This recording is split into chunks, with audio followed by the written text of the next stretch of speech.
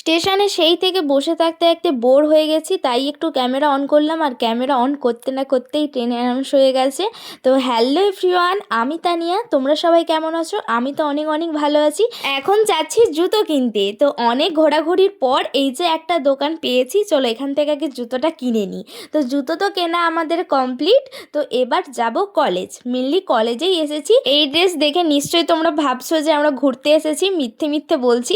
না না, একদমই মিথ্যে কথা না। আমরা আজ কলেজেই এসেছি এই ড্রেস, কারণ কাল আমাদের কলেজ ফেস্ট। তো কলেজ ফাংশানের জন্য আজ আমাদের এই ড্রেসে অ্যালাউ আছে। কাল কলেজ ফাংশানে আমরা পারফরমেন্স করছি, তার জন্য আজকে রিহার্সাল দিতে এসেছি, তাই আর কি।